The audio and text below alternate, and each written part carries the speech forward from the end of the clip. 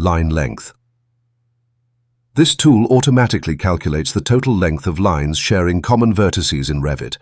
It enables quick and precise measurement of selected elements without manually adding each segment. Tedious measuring of every fragment is eliminated. See how line length works and reduce working time in Revit with a single click. Now let us see how it works in practice.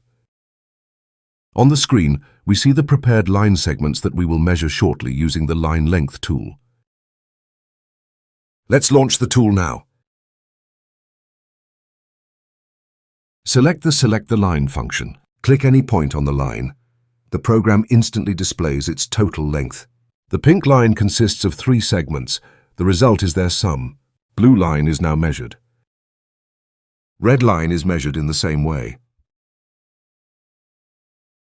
Pay attention to the total value. This is the sum of the lengths of all 3 lines. Now for a specific example. The lines were drawn along the cable routes, allowing us to quickly measure the cable length.